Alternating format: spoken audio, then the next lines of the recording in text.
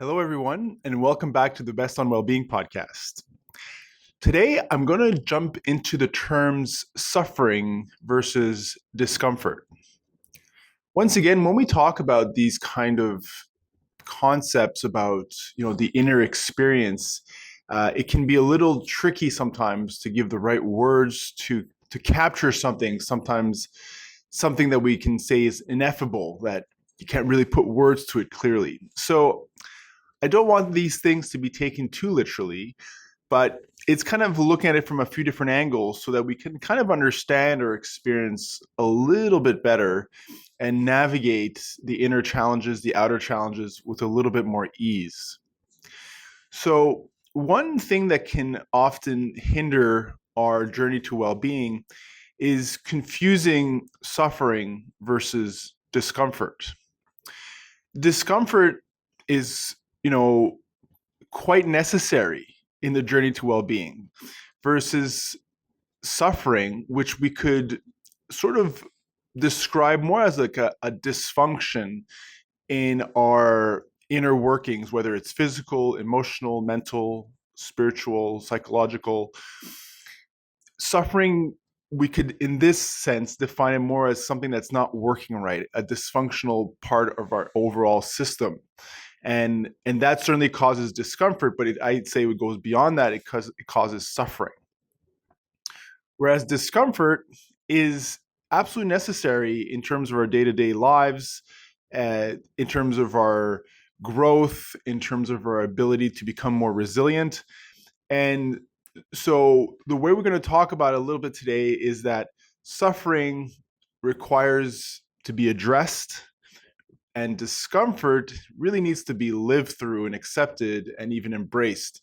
So, an easy analogy, for example, is if we look at the physical body, discomfort is quite necessary to make the body more resilient. If we look at, let's say, physical exercise, you need to actually stress the muscle in order for the muscle to get stronger. So, but stressing the muscle is quite uncomfortable. You experience discomfort in the effort of making the body more resilient and actually able to move around better and more ease and at the end of the day after repetition to this discomfort. Now there's a limit to this, obviously. And then we'll bring this analogy to the mind after. But if you overstress the muscle and you overdo it, you could eventually rip the muscle, and the muscle becomes dysfunctional because it can't work as really well anymore because it ripped because of overstressing it. And that, I would say, is the equivalent more of suffering. And so when the muscle is ripped and becomes more dysfunctional, um, then it requires being addressed. It requires rehabilitation. It requires care, attention, a diligent approach to helping it heal. When we look at things like the mind, it's a similar sort of parallel that in order for us to learn about ourselves, to have a deeper aspect of ourselves, to develop a bit of an ease to navigate the challenges in our lives, a certain amount of stress is really okay. And we want to almost embrace it in our lives. It helps us to grow psychologically, build resilience. And now, obviously, if there's too much stress and it goes past a certain point, then we can develop dysfunctions and start to truly suffer, where we're suffering within and unable to navigate life properly, or anything becomes too much and we become overwhelmed very easily. We're suffering, and that requires, again, a, attention, diligent care in order to bring about a healing and to bring back a better sort of well-being. Ultimately, discomfort, so there's a lot of types of stress. For example, like, if you're procrastinating something, you feel a little bit of stress. I mean, that's probably a good thing.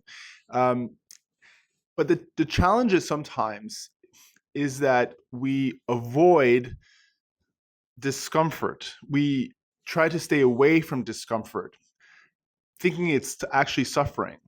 And in doing so, we don't allow ourselves to experience things that are good for us. Like even with, and sometimes this can be happening with parenting, with our children, that we confuse discomfort and suffering. So, a child that wants to have the extra candy that they had, and the parent gives a limitation and says, no, we're not going to give you any more candy right now. You've had enough.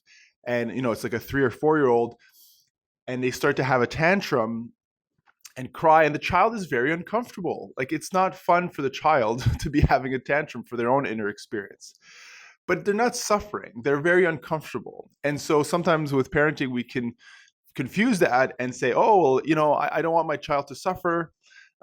Therefore, I'll give the candy, or whatever it is, let them stay up and not go to bed, or just kind of give in, if you will. But what we're doing there is we're confusing suffering for discomfort, and discomfort is actually very necessary for the child to develop well into, a well adjusted adult. Whereas suffering, you know, emotional dysregulation thing, that none of that. Obviously, we want to give affection. The child needs affection and their needs being met and all that good stuff. Absolutely necessary. But discomfort, avoiding discomfort for a child, is neither uh, possible or actually good for them. Now, if we go back to suffering, there are many types of reasons why people suffer. And a lot of them, a vast majority of suffering, has nothing to do with the person.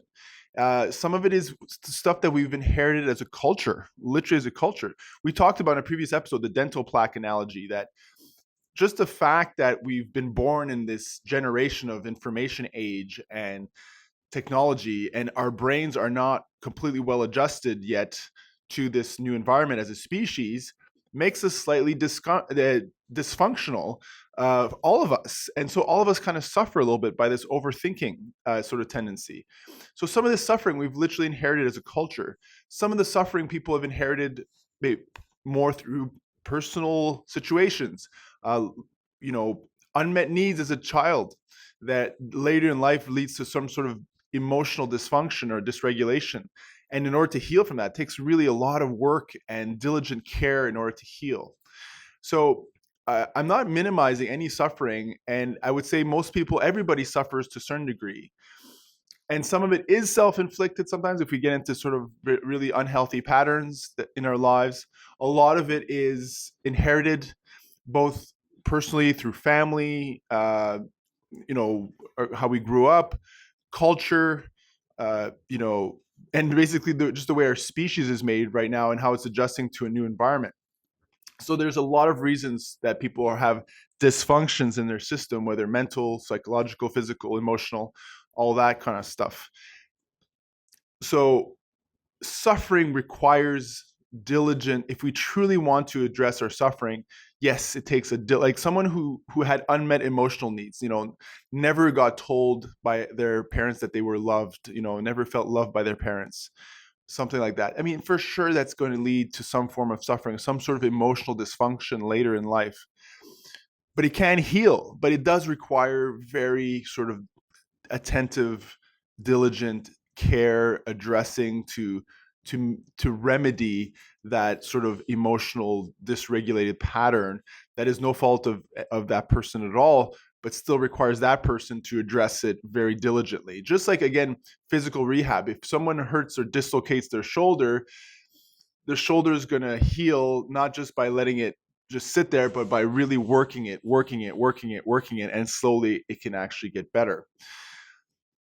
But discomfort is going to happen every day. So well-being, experiencing well-being in life, like we tried to define earlier, is not about not having discomfort. Discomfort is absolutely necessary. It's going to happen to just feel uncomfortable. And so even how we interact with humans, sometimes when we have boundaries and we create a boundary with somebody else, we might make them temporarily uncomfortable. But that's not making them suffer.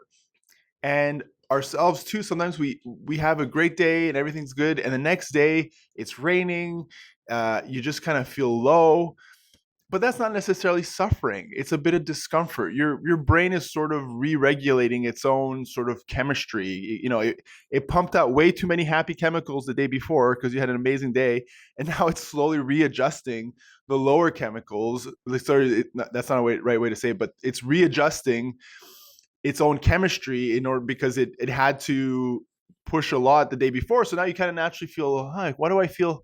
I feel low today. I feel low. What's wrong with me? Nothing's wrong. You're just uncomfortable. And so easing into discomfort, accepting discomfort, embracing discomfort is a huge part of the journey to well-being.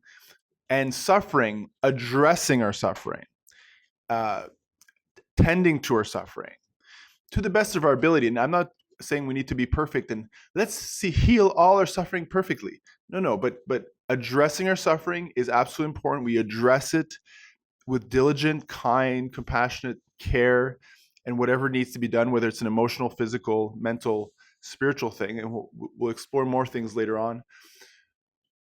So suffering needs to be addressed. Discomfort needs to be accepted, embraced, and really ease into it as we navigate through life. So we'll leave it at that, but learning to distinguish suffering versus discomfort. Discomfort is very momentary. It usually passes. It usually passes faster if we accept it and actually embrace it. It can help build our system, build more resilience. Suffering, a slight form of, a way of describing a dysfunction in our system, requires tender care, diligent care, addressing it. So we'll leave it there today, folks. I hope you have a good day. Let's embrace our discomfort and address whatever suffering we have with diligent care.